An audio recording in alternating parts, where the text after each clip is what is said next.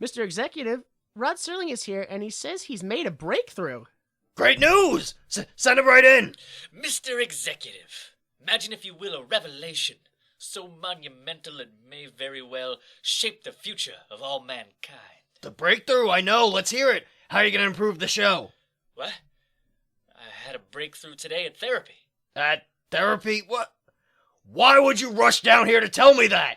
Well, I know how much you value my well-being as a creative mind. Plus, I feel that you and I have a special bond that's developed between us.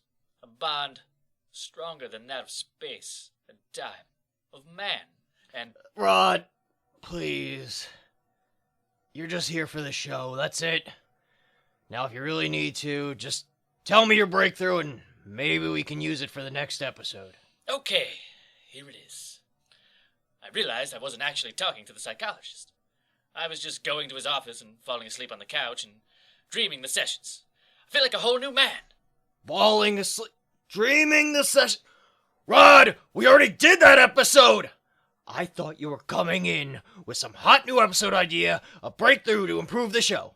Frankly, I think we may just have to pull the plug, unless you've got some damn good idea in your back pocket. Well, I do have this science fiction magazine in my back pocket. We can use one of those stories. We can't just use one of those stories, Rod. I'll add astronauts. You know what? I don't even care anymore. Do it, and get a new damn dartboard. No need. I've added a new tool to my arsenal. Right in my other back pocket, I've got this funny little book. You just give me a place and a verb, and I'll give you the best damn episode title you've ever heard. Rod, I don't even care what you call it. I've opened up my office to you, and you bring this garbage to me? Just get out so I can scream angrily in the sky for the next 2 hours. That's perfect. Let me just write those words down. Got it. We'll call the episode... And When the Sky Was Opened. They irritate the irritated, flex perplexities, poise puzzles, magnify mysteries, impose inquiries, and coagulate quandaries. But more importantly, they ask one question. Why would you make this?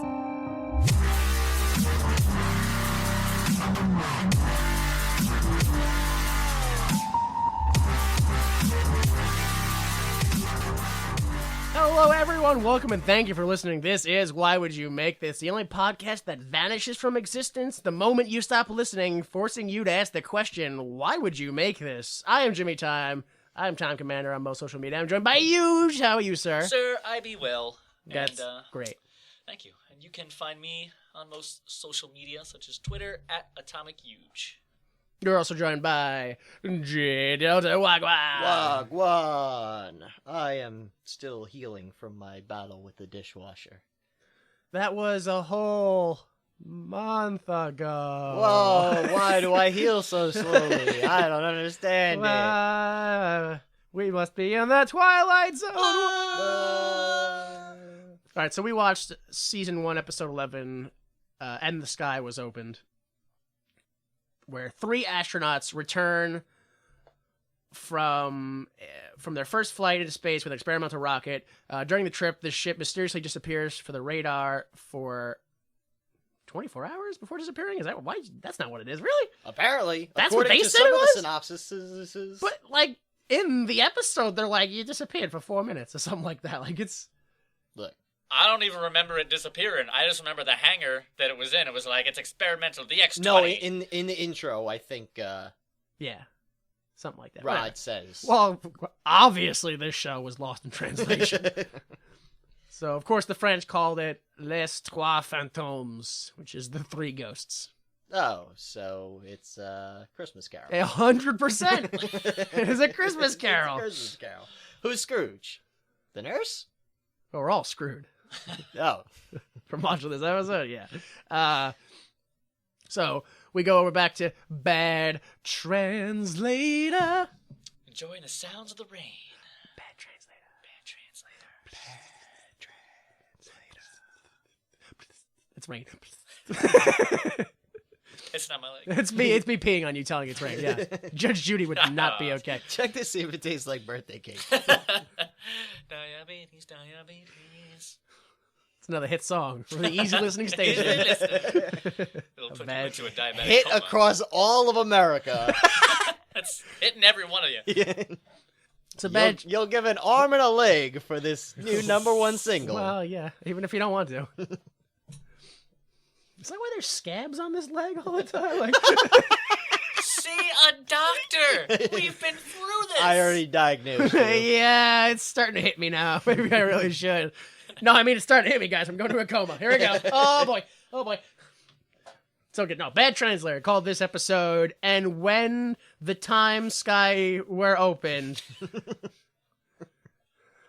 Oh, boy. Or it could also be called, and when the heaven was. Or it could be called, and when launched into the sky. That one's my favorite. That's about that monkey from last week. Toss that monkey right at the sun. He's gonna come back. He's Gonna be so Stronger than ever. mad. He's gonna be so racist.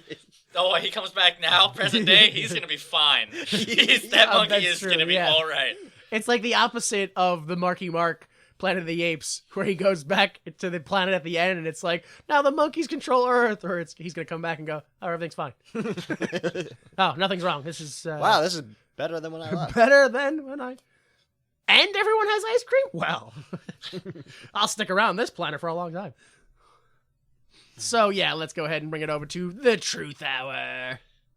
Truth, it's what's for dinner. Where we be talking about it every day.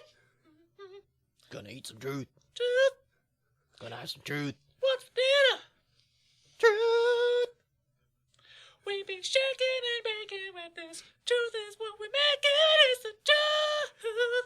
Gonna eat some truth. Again, I want to apologize for missing rehearsals.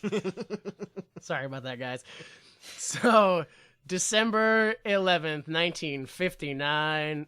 Did I say? Was that when the episode was released?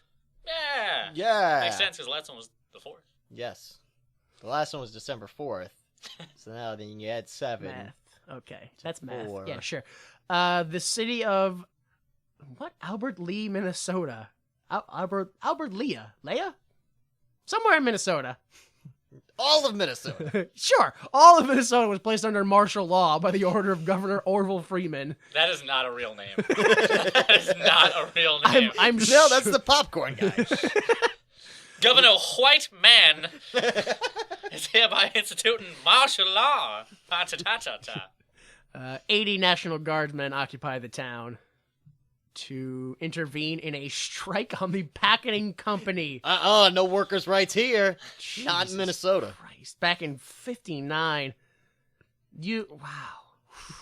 Like, I'm saying wow, but, like, we bombed people protesting for workers' rights back in, like, the Americans. Oh, yeah, no. Americans we bombed. Like, Yeah. it is, we are, like, 1 second away from Trump whipping out his dick, just going, kill us all! Like, it is, like, oof. Astoundingly, much like the last episode, nothing's been changed. That's all true. Yep. Yeah. Again, yeah. Factual. Look that up in the history books if you can find it, because they do try to suppress it. Again, true. All true. Yeah. December 12th, they tested the launch of an unmanned Titan rocket from Cape Canaveral, which failed 4 seconds after ignition, with the rocket collapsing on the launch pad and exploding. So, sometimes I go good, sometimes I go bad. You take Sometimes. the good, you take the bad. Take them both. There you have NASA. Sometimes you throw a monkey into the sun. Sometimes the monkey throws a sun at you. Life lessons. Life Truth Hour. Yeah. How many monkeys were in that? It's unmanned, but was it unmonkeyed? I don't know. Could have been a lot of exploded monkeys on that. Yo, you tricked thousands of people. No, don't worry. It was unmanned. Why did you say it like that? Why'd you put the emphasis on manned? Oh, no reason. Just don't bring any bananas with you. I'm still here in the room, right? I don't know Why'd you laugh that way? Are there monkeys on this ship? Is this ship physically made of monkeys? Well, we've determined the structural engineering problem. You cannot use monkeys as reinforcements. The problem is the monkeys can't breathe in space. So if we put them all in suits, then we can use them as a spaceship. Yes. Yeah, we know. We shot a monkey into space last week. Yeah, this is like the smell-o-vision. They launched the monkey into space. That was Aroma-Rama. This is the... So we have December 14th. Test pilot Joe Jordan became the first human being to reach an altitude of more than 100,000 feet. Old news. Monkey already did it. Monkey, yeah. Who cares? Miles. We went miles into the... Well, man. And of course, my birthday dot ninja, letting you know that you were a female somewhere around Portugal in the year 400, and you were a jeweler or watchmaker. Probably making crowns for kings. No, I don't think, Portugal didn't have kings back in 400? Oh, wait. Portugal is in, Europe. Yeah. Yeah. It's right next to Spain. Yep. Mm-hmm. Yeah. Sure is. Some people say that Spain is... Oh, wait, no, that's copyright. Portugal is here.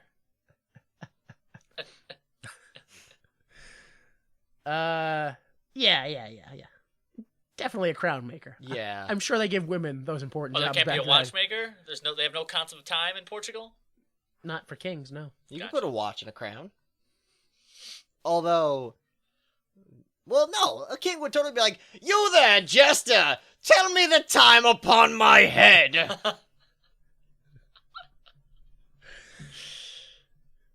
must be an easier way for me to tell time. If only there was some sort of a watchmaker in my town. Sadly, all I have is this jeweler who keeps putting clocks in my jewelry. What? Take off the crown? But then I'm not a king! Off with your head, I say. And also we're in Portugal, but we talk like this. This is how Portuguese accents sound to Portugal people.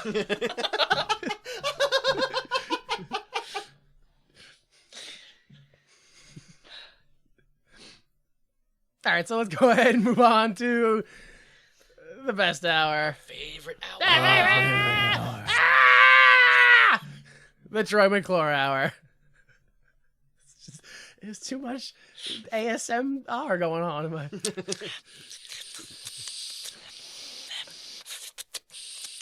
Spit in my mouth. Again, those are the ASMRs of Grandma eating oatmeal.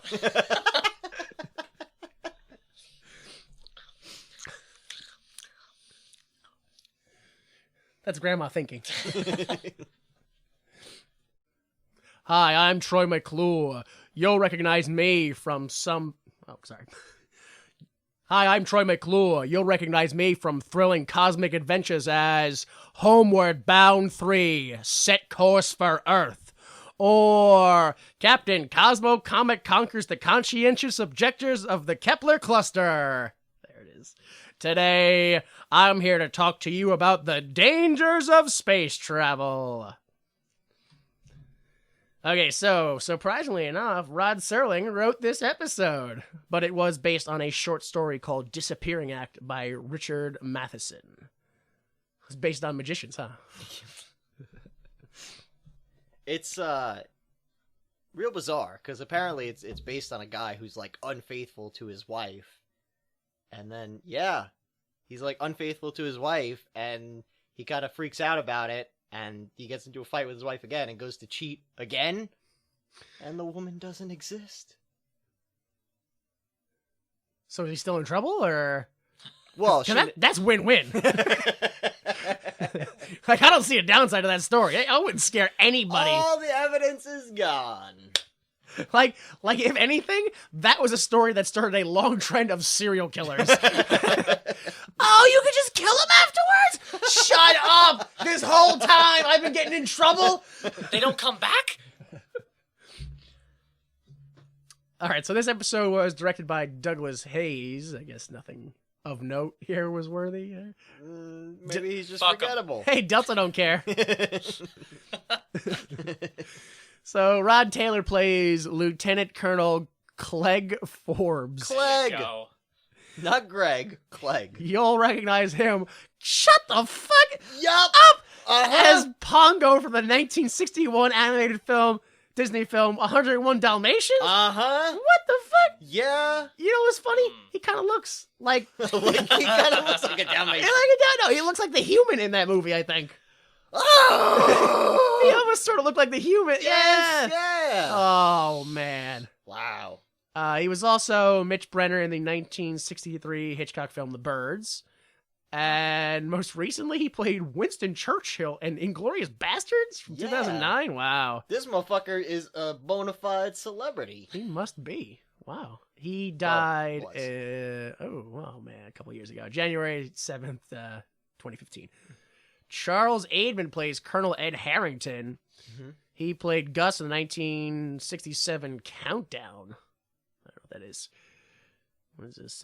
He was in Inner Space? Yeah, he That was. sounds familiar. What is that? What? Go ahead, tell somebody else who Martin knows. Short? Yeah, you guy. Martin Short, he's in it. And then the little tiny, what's his name? Guy gets injected into him. It's a little spaceship. But in his body. It's great. It's fucking comic gold. And then he's got to like race before he blows up. Yeah, exactly. He's gonna re-enlarge, or no, the guy's gonna run out of oxygen. What? Whatever science they want to throw at it. That's sure, right. Sure, I believe it all. He was also from the 1985 to 87 Twilight Zone. He was a narrator for the Twilight Zone in the 80s. Okay. That's right. He's the guy who replaced Serling. Okay, all right. He died in 1993. Next, we have Jim Hutton, who plays Major William Gart. He played Ellery Queen in the 1967 Ellery Queen. I don't know what that is. Is that a name or a thing? It's a Whatever you guy. want it to It's be. whatever you want. Yeah. I'm whatever you want me to be, baby. He was in the 1968 film Hellfighters and in the 1968 Green Berets. He died as a film, The Green Berets. Yeah. He did not join the Green Berets for 1 year and records. I don't know. He died in 1979. You can see the full cast and crew at imdb.com. Those are both John Wayne films, so I can only assume, like, well, you were good in one, why don't you just get in the next one? Well, yeah, back in the day, well, not fucking today, too, they still do that, Well, yeah, where it's that's- just that's like, true. hey, I like you from the past, you'd probably be okay again. Are you Yeah. relevant for this character? Oh, well. Oh, yeah, that's right, Rob Schneider. Yeah, exactly. Like, Oh, we'll just shoehorn you into everything I do. Great. Is it necessarily irrelevant? No, but you're getting paid, buddy, so... I'm sure he does not ask if it's necessary or relevant. No. You know, it's so off topic, but I think it's so funny that he's like, the liberal media is keeping me from getting jobs, instead of being like, Adam Sandler doesn't give me jobs anymore. Like, Yo, that guy was in so many movies that should not exist. He shouldn't have been Yeah. in. yeah, made no sense for him Like, either. just appreciate the fact that you had any career. yeah. God damn. Between like him and like Scott Baio and all those like guys who were vaguely famous for way longer than they should have been, and they're like, it's the liberal media ruining my... Why were you famous? I was related to Fonzie. What? That was just on the show. How did you channel that into a career? Dude, the amount of Hallmark movies that these people are in is what keeps them going. Like, And in all of them, it's about this lonely woman librarian who's down on her luck, and then the rich man, Scott Baio, comes in, and, you know, he decides, well, I'm gonna, I don't know, be nice to you or something, and then it's also Christmas. Sure, yeah. enter the swaddling cloth. Always. Jerk swaddling club. All right, let's start the film. Episode. Yeah. That streak was half of an episode.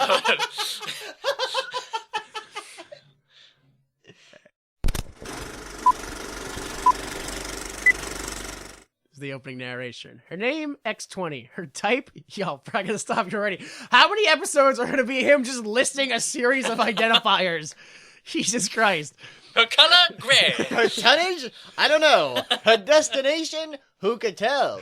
Her age? It's top secret. Wouldn't you like to know? Hmm. Let's just say she's legal. Oh, Go swab that deck. Her name, X-20. Her type, an experimental interceptor. Recent history, a crash landing in the Mojave Desert after a 31-hour flight 900 miles into space. Accidental data? The ship! Dude! Accidental data. We accidentally found this out. Incidental data. The ship with the men. Just tell me what word I'm saying wrong. Yo, between your diabetes and your dyslexia, this shit is hilarious. Well, I mean, you're just gonna keep letting me fail, whatever. No, I'm not gonna. I'm gonna stop you and laugh at you, and then let you go. Oh, good, like a true American. The ship, with the men who flew her, disappearing from the radar screen for 24 hours. But the shrouds that cover mysteries are not always made of tarpaulin. Yo, that was a shocker of a word. That's what TARP stands for? My whole life. Tarpaulin, it gets down easy. Incidental? Incidental? Nah, that shit's a fake word. Let me replace it with one of my own. I don't even know what word I said, dude. Like, I can't even recognize when I do it. That's called dyslexia. Yeah, I told you I had it. Fucking guy walks into a room and with crutches and goes, "Hey, I broke my leg," you know, walking down some stairs, and you're like, "Ah, motherfucker, can't use stairs? Woo! What's up, Hobbs?" Like, you fucking dicks. Jesus Christ. His name is Hobbs. I got a fucking mental... Yeah, that's some irony for that dude. That is some hardcore irony. You just gotta get the dyslexia A glasses. fucking mental disability, and you're just gonna laugh at me. Wait a minute. What? Dyslexia glasses? Yeah. There's gotta be a thing, right? Actually, there's a font you can use, apparently. Oh, I'm not paying for yeah, a font. first off, I have to find it. I don't even know what it's called. Probably like dyslexia. It probably is, yeah. Dyslexia fixing font, yeah. Yeah. Did you Google it? Did you search it all? This is the first time I've complained about it. Okay, so but the shrouds that cover mysteries are not always made of tarpaulin. Who knew? As this man will soon find out on the other side of a hospital door. While this is going on, we see a ship covered in a tarp in a hangar. A tarpaulin. A tarpaulin, yeah, apparently that's the word I've been missing out my whole life. In a hospital, a nurse finds Colonel Forbes waiting in a hallway, and he asks if Major Garrett is there. And she says, yeah, he's right in the room where he always is. Go in. So we go to room 15. We start off, I love it, because he's like, all right. Yeah! Like, jumps into the room like he's gonna get attacked. Well, I honestly, this is the first episode we've watched that Yeah. I genuinely really enjoy and think is great. Yeah. Yeah. And like right from the get-go, you know, oh, is Garton there? Oh yeah, of course he. Oh, of course, right, of course. Yeah. Yeah.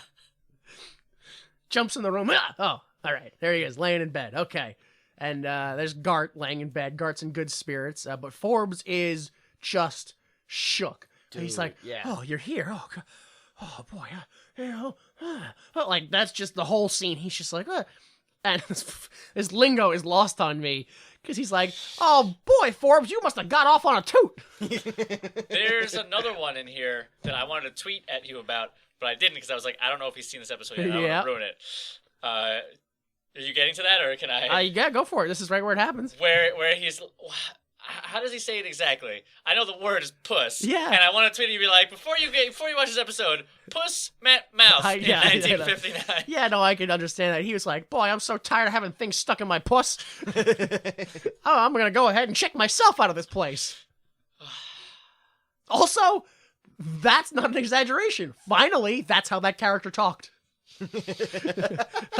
That's not he. Finally, we have a real person in this show. The first real man First we've person. seen. Oh man. So Gart is like, "You look a little hungover. You should light up some cigarettes." Of course. And they do, and nobody cares. But Forbes is like, oh, this thing happened. I don't really understand. I mean, look at the newspaper. What does it say?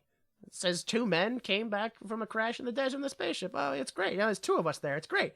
And he's like, no, that's not the way I remember it.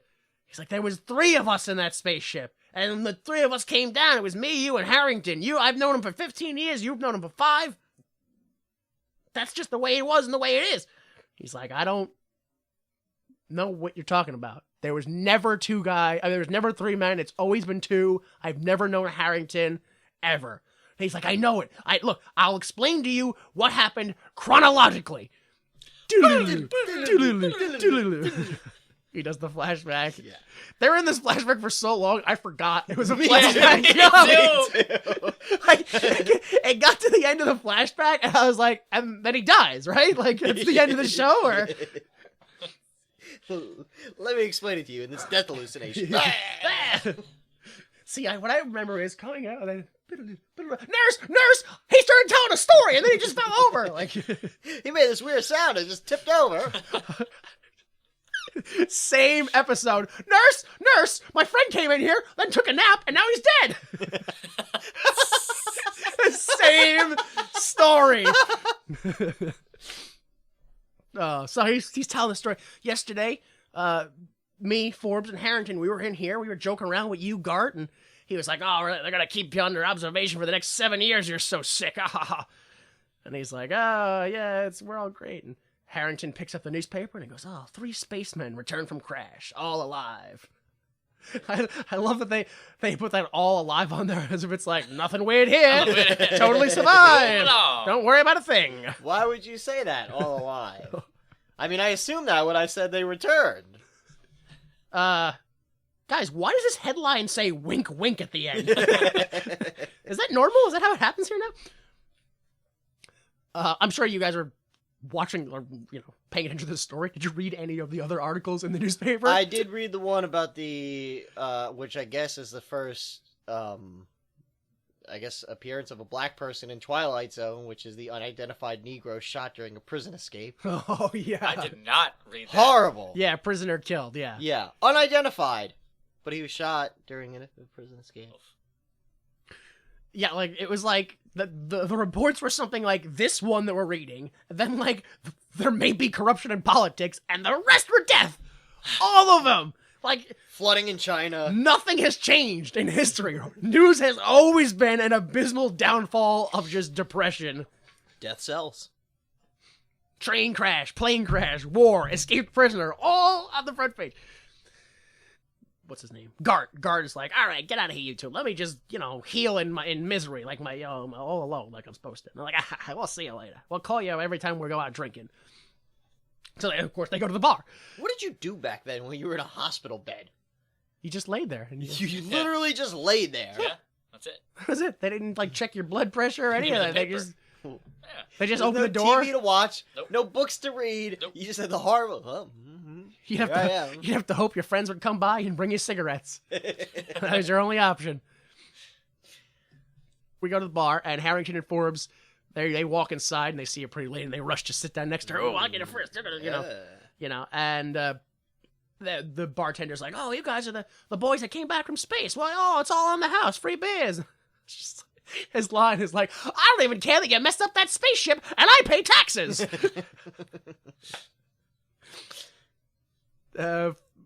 Forbes tries to act real hip with women, and she's like, what's it like being in space? He's like, well, it's like real far out. Yeah, dude. I love that. And she's part. like, ooh. Oh, man. At first, it's like, all right, there's 2 military guys coming in, and, like, he's trying to cozy up next to her, and she's like, ugh, I think they're going to talk to me just because they're wearing uniforms. Then she hears the word space, and her panties drop immediately. Yes. Oh, space heroes. Ooh. There must be quite a few bit of coin in that, boys. What? Few bit of coin. I am the worst prostitute ever. Like a Miss Kitty in a Western. A few bit of corn. Coin, not corn. Because that makes more sense. Yeah. I thought it was some weird saying like, ooh, those are some well-fed Nebraska boys. That's, That's Yo, even more. I thought, that's a like, stretch and a half, man. Look at the stalks on those two. so Forbes, acts with women. Harrington goes to light up a cigarette, but suddenly he goes blank-faced and just looks dead inside. He remembers. He remembers all the tragedy of the war. I don't know what happened, yeah. Forbes goes for a toast, but Harrington drops his beer. He's like, oh, he's like, what are you? You all right? He's like, I got this funny feeling, like I just don't belong here. Like, if I let go, I would just slip away from this world and disappear. I'm gonna go make a phone call. And he goes and makes a phone call. And like, I think they fade. They kind of like fade to the next scene, like it's almost like a time jump or something like that. But based on what Forbes says, they jumped ahead like 30 seconds. Yeah, Yeah, like a minute, maybe 3. So Harrington is like, Forbes, get over here, quick! And he comes over and says, "What's the matter?" It's like, I just called my parents, and they said they don't have a son. They've never had a son. There's no son, no how. It's probably just a gag. Yo, what a fucking hardcore gag for your parents to play. Yo, we're not family anymore. Aha, got you. You're adopted and we never loved you. So Harrington says it's all part of the feeling that none of them should be here. We just shouldn't be here. We weren't supposed to come back. There was just something out there that didn't want us to come back or whatever. So Forbes like, just stay here and I'll get you a drink and a cigarette and all the other drugs that we think are healthy in this day and age. And when he does that, he notices the newspaper. He's like, what? Wait a minute. 2 men return from crash in desert. 2 men! He looks back and he realizes Harrington is gone. He kind of just like lets out a sigh as if, oh, Harrington, where'd you get to now? You know, like, oh, this fool bastard. And he turns to the bartender and he's like, hey, where's my friend that I came in here with? And he's like, you came in here alone, sir. He said, what do you mean? He dropped the glass on the floor. Well, there's no glass. The glass is dead. Glass is dead, yeah. Oh, wait, no, it's not. It's gone. It's not dead. I don't know how to reverse that. I don't know. Life, I don't know.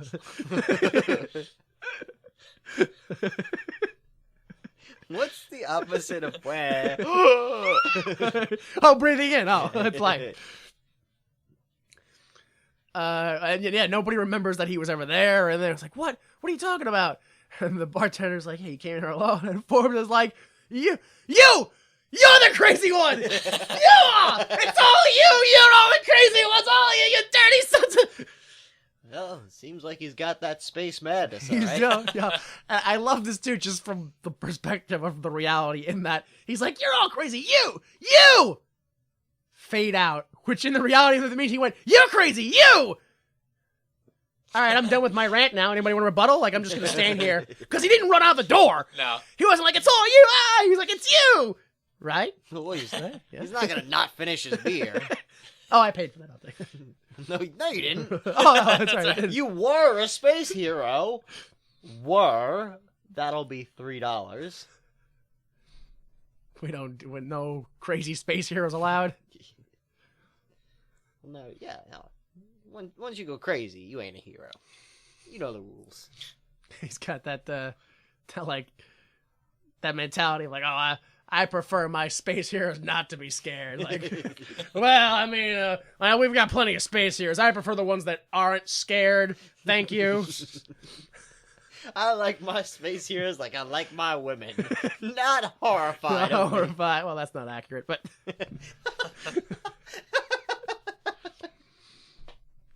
But guys, why am I so alone? So we go to Forbes' home, and he tries to call the air base, but he can't get through. His wife shows up, and she's like, well, you didn't pick me up from the bus station, and I was there at 1 o'clock, and I was there at 2 o'clock, and I was there at 3 o'clock, and I'm the most important thing in this room right now.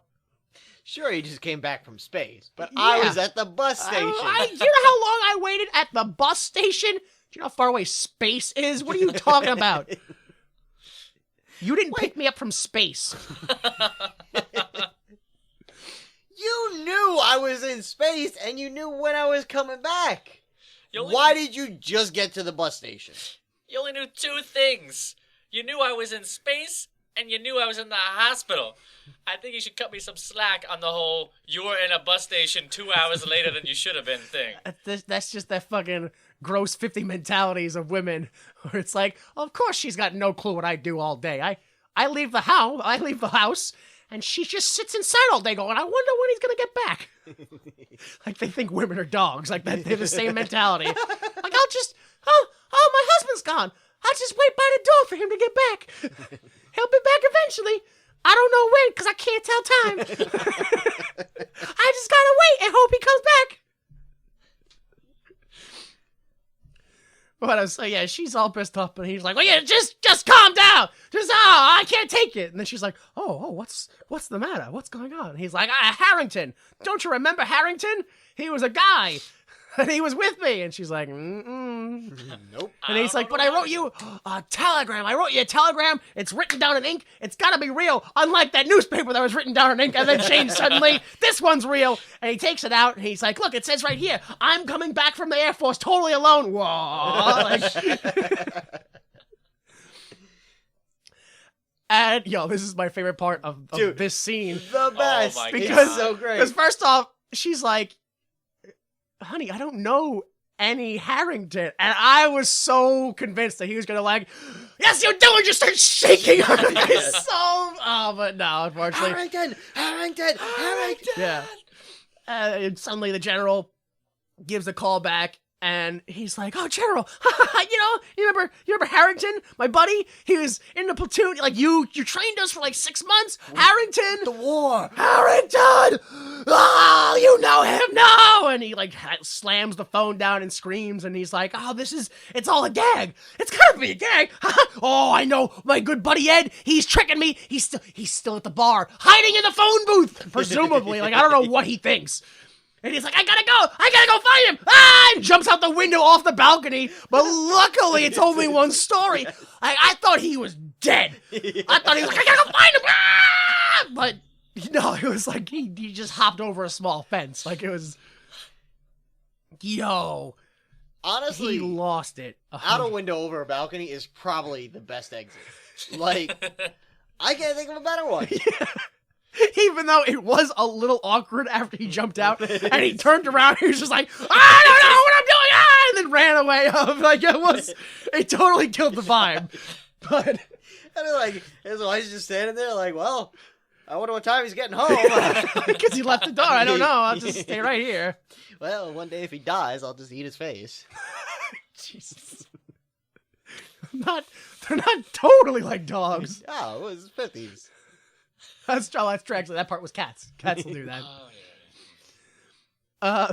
This is my favorite scene. Holy crap. So Forbes shows up to the closed bar. And he guy's like banging lightning at the door like, Harrington. Well, first he puts his face in the window like he's like shining. Harrington. I know you're in there, Harrington. And then out of nowhere, he just smashes through the door because the door's like a patio glass door. And he's just Harrington! just The most disappointed I've been in my whole life is after I rewatched this, and I went to text both of you guys, and I just looked for fucking the gifs of him busting through the window, and I found nothing. No. I put in Harrington. I put in everything. I found nothing. I put in Harrington. All I put caps. in not Harrington. I did everything. Yeah, I tried exclamation points. The gift disappeared just like Harrington did. Put it in quotations. Nothing. No Google foo. Dude, smashing through. Dude, yeah. Look, this motherfucker has the best exit and entrance. He's got it all down. How good is his acting? But the way he makes an entrance and exit, I mean, it makes up the whole thing. So he's he's like wandering around the bar, just like defeated because it's empty and there's no one there. And he's just like, Harrington. And he just kind of starts crying to himself. And it actually is a pretty dramatic scene. Yeah. But Yeah. I am totally taken out of by it because they have the chairs stacked on the tables. Mm. but only half the chairs. Like, there's 4 chairs around the table, and one chair they put directly in the center of the table, and another chair they turned upside down and put it in that chair, and that's the end of stacking the chairs. The rest of the chairs are still around the table. And it was so weird, too, because I had to actually look to realize that, because at one point he walks over to the chairs on the table and pushes them off. Yeah.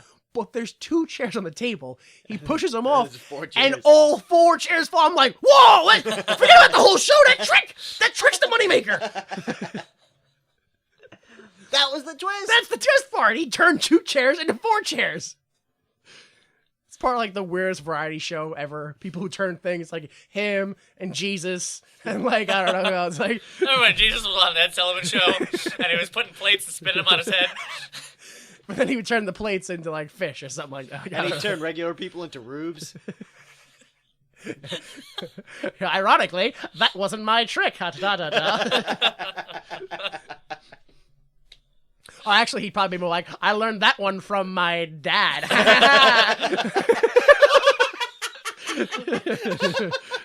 He's got a cigar in all these scenarios, folks. You can't see it, but I'm like Milton Berle. I'm tapping the cigar.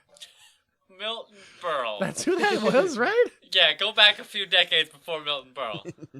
Chubby Checker? Chubby Checker! Fatty Arbuckle. I don't know what you want from me. Like, what do you want from me? I enjoy things.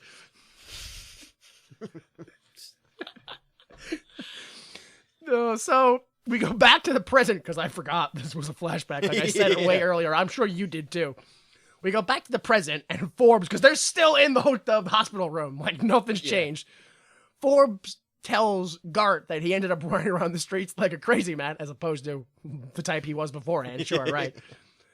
And he just left his wife standing there in that hotel room to this very day. Like, he's still waiting. I wonder if he's coming back. Gart is like, I don't know any Harrington, never heard of him. It's an illusion. Forbes is like, he must have been taken away or something like that. Someone must have made a mistake and they let him through. That's what had to have happened. That's what Forbes was saying. That someone made a mistake, so that maybe he was right. That's what Harrington was saying. Sorry, that someone made a mistake and let him slip through, and that's why we don't belong here. And Forbes just kind of like freaks out, and then he kind of like gets a calm over him, and he's like, "You know what? Yeah, he was right. I'm starting to, this is weird, man. Dude. Gart, oh, this is weird. I got this feeling." And like he goes to the mirror and just starts like touching his face. Yes, He's like, rubbing it. Yeah, I don't know, man. It's just. And and then after looking in the mirror, he just goes, "Ah!" and runs out of the room. Classic Harrington or classic Forbes, whatever. And Gart gets up and tries to like, "Oh, Forbes, get back, Forbes!" And the nurse is like, "Sir, you have to stop. You have to calm down. You have to you need rest." He's like, "Never mind me. That man needs help. Forbes, you have to help him. Forbes." He's like, "There's no man, sir. I don't know what you're talking about." He's like, "You know Forbes. You were here when we were all brought in. You know him. He was in this room with me with all the other bed." Because now the room is empty. There's only one bed in there. There's not 2. Oh my god.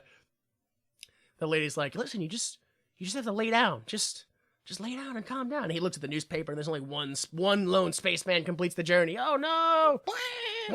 Yeah, even though nobody died, whatever. And so he's just like, "Oh my god, oh my god." We go outside the hospital room, and the nurse is talking with one of the majors, and he's like, "Oh, how's it all being set up? Like, what do we got?" She's like, "We can fit 3 beds in room 15. And he's like, "Good, let's check it out." We go into that room, room 15, the room where they were all in to begin with, and it's totally empty. There's not even beds in the room. Yeah. And he's like, "Good, it's perfect for the malaria patients." And I'm just like, what? That's the twist. It also was a little weird to me. Like, I knew what was coming. Yeah. So I was like, okay. But it was weird where it was like, oh, we can fit 3 beds in there. Well, I'm not going to take your word for it. Let's just check. Yeah, Let's just make open sure. this Why door. don't we go to look? You're not competent at your job. I should check. Yeah. We go back to the hangar, and the hangar now sits empty with the ship gone. When that happened, I was like, "You know, those greedy aliens. They took the ship too?" We get the closing narration. "Once upon a time, there was a man named Harrington, a man named Forbes, a man named Gart. They used to exist, but don't any longer. Someone or something took them somewhere. At least they are no longer a part of the memory of man. And as to the X-20 supposed to be housed here in this hangar, this too does not exist. And if any of you have any questions concerning an aircraft and 3 men who flew her, speak softly of them, and only in the Twilight Zone. I'm not saying that if we built a space wall, none of this would have happened, but it would have kept the aliens. No, my problem is that it, right at the end, right at the very end, it takes all its own logic and goes, who cares? You got 3 men in space, right? Yeah. Okay, and then what happens? One of them totally disappears. Nobody's ever heard of him. The bed he was in earlier this morning, gone. Yeah. So you got 2 men. What happens? One of them disappears. Nobody's ever heard of him. The bed he was in is gone. So you got 1 man. What happens? Nobody's ever heard of him. The bed he was in is gone. What happens then? You got the ship. There's still a warehouse. There's a tarp draped across the floor. There's these dividers or blockers that keep people. That shouldn't have been there. It should have been an empty warehouse. Yeah. That was the only scene that bothered me. Yeah, in the entire thing, just that because there were the barricades set up around the empty. That's the word I was trying to think of. Barricades. Yeah, that was the only part where I was like, eh. But yeah, again, this has been the best episode. Yeah, by far. far the best episode. Yeah. And I'm a sucker for anything that's alternate universe or parallel timelines. And the way I interpret it is, you crisscross into the wrong timeline, and then it takes some time, but it gets corrected. Sure. Okay. Sure. Finally, a fucking episode I go, that's Twilight Zone. Yeah. Hollywood Thinking Cap. Do you guys have anything? Yeah, but I mean, they so many of them kind of go with the same thing. It was what I was thinking was someone is a YouTuber or and we talked about this before, just doing some streaming online or something, and they kind of have this huge following and they get bigger and bigger, and then all of a sudden they let's say there's a whole group of them that are just all streamers, and this one is the biggest one. Now it's no one's ever heard of this person. Okay, and sure. then so on and so on, and then you realize that they're kind of getting sucked into their own frickin' thing. So so in this one, they do exist, but they're just they're trapped in their own stream, so to speak. Okay, yeah. Do you have anything, Delta? No, I mean, again, I think this episode is pretty spot on. Yeah. You could update it, but I honestly, I was you don't even update the lingo. Had people saying puss and got off on a toot, and it'd still be great. You don't even have to do that. You literally, you don't even have to change anything. Maybe make it a government experiment, but I think it's better, if it's well, I mean, the military is the government, so. Well, no, but make them disappearing. Oh, because of the military. Because of the experiment. Not an unseen, yeah, I don't know unheard if it's better alien. being ambiguous. But, yeah, sure. Maybe you could, the part of the plan was to vanish these dudes from existence. Yeah. This episode was nice because it was the first episode that I can remember where it's the characters and how they interacted with each other were believable. Yeah. It's I believe these guys are friends, and it just seems so natural. Acting was good. Yes. As opposed to hi, businessman. I am also a businessman, and we are talking to each other. Yes, you're right. Right you are. Oh, wow. How are you in my house? Oh, I'm not bothered by this at all. That was 5 characters he just portrayed.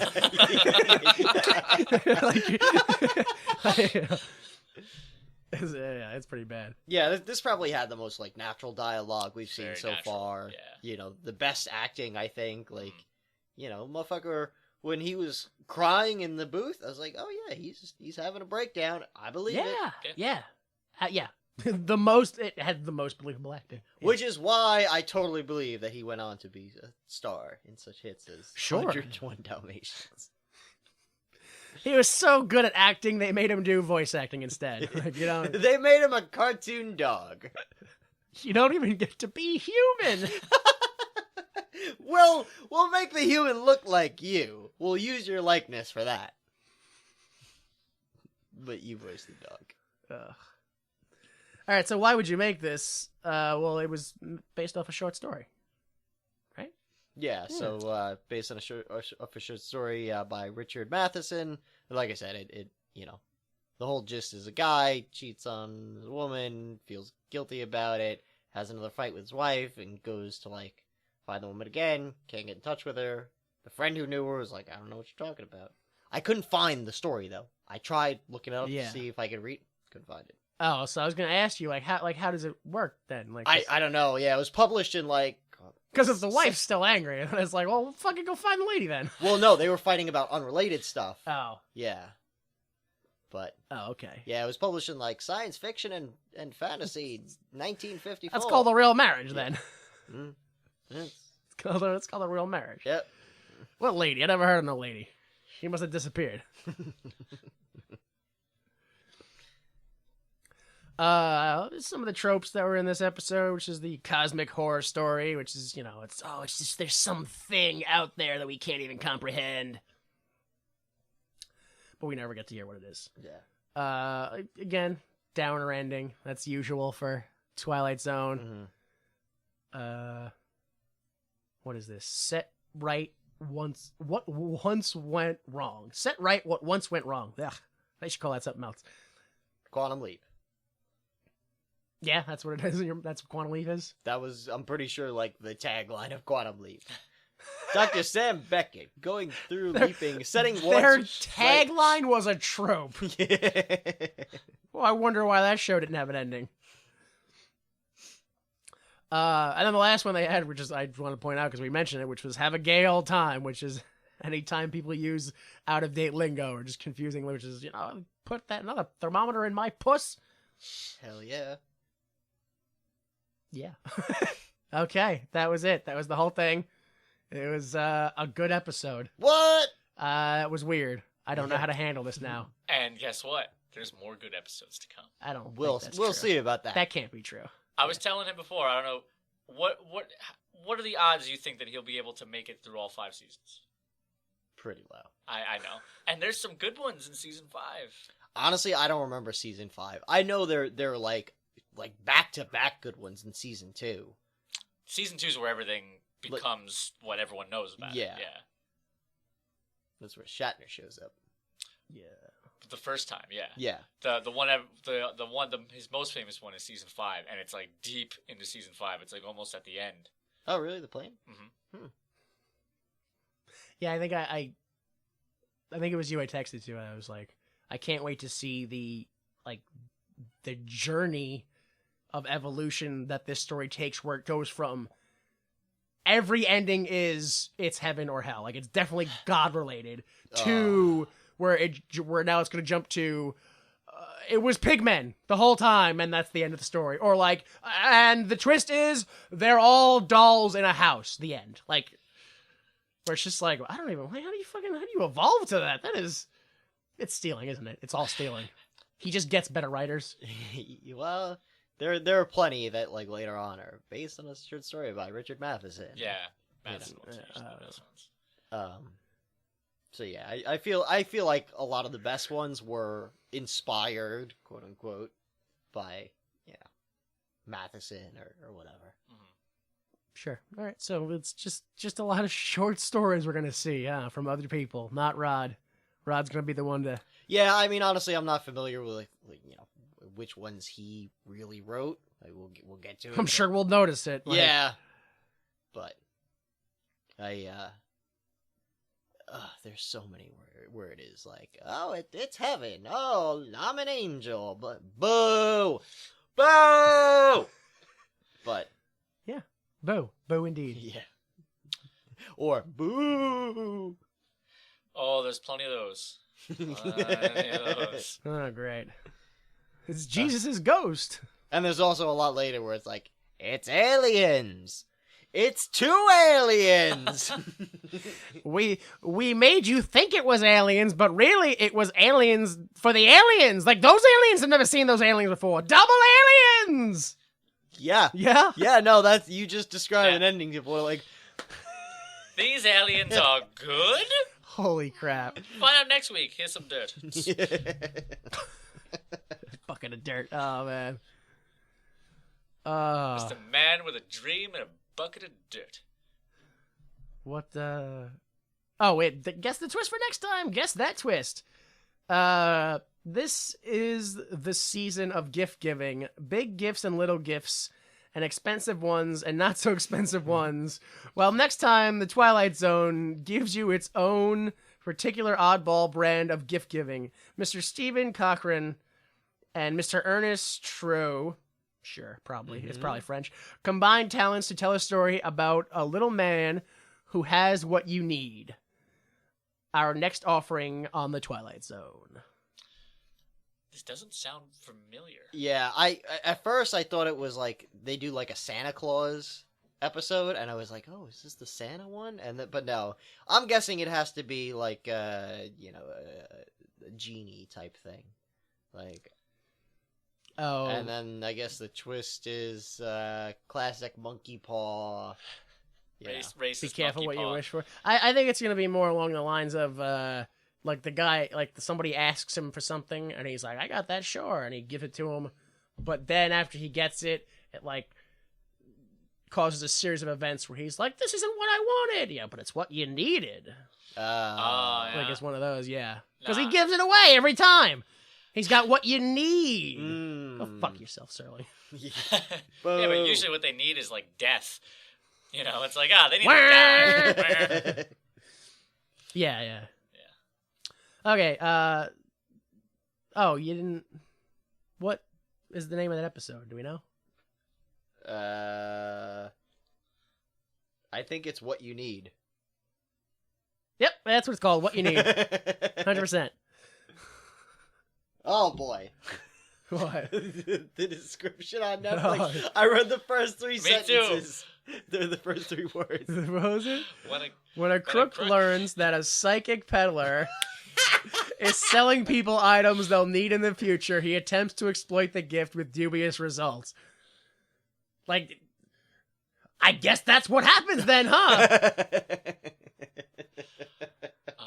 what else is coming? But it's what he needs instead of what he wants. Yeah, well, fucking, like, what is the point of this whole show? Oh man, we got some memorable ones coming up.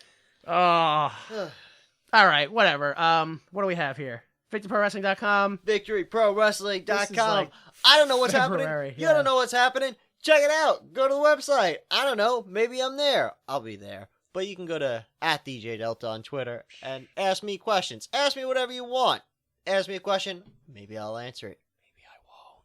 He's not going to. Okay. You got anything? If you What do want you to got? check out my ramblings and my bamblings on the Twitter, it's @AtomicHuge. Bamblin'.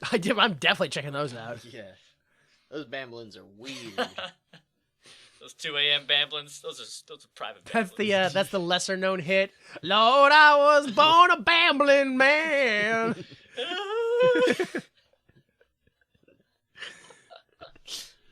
So yeah, VictorProWrestling.com for Victor Pro Wrestling related things. WWYMP.com for WWYMT related things.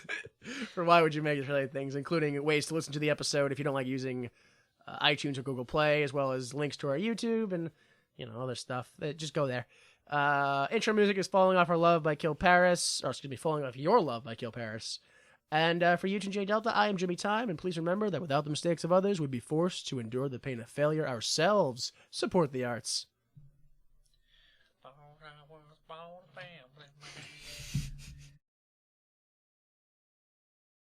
The music played in today's episode includes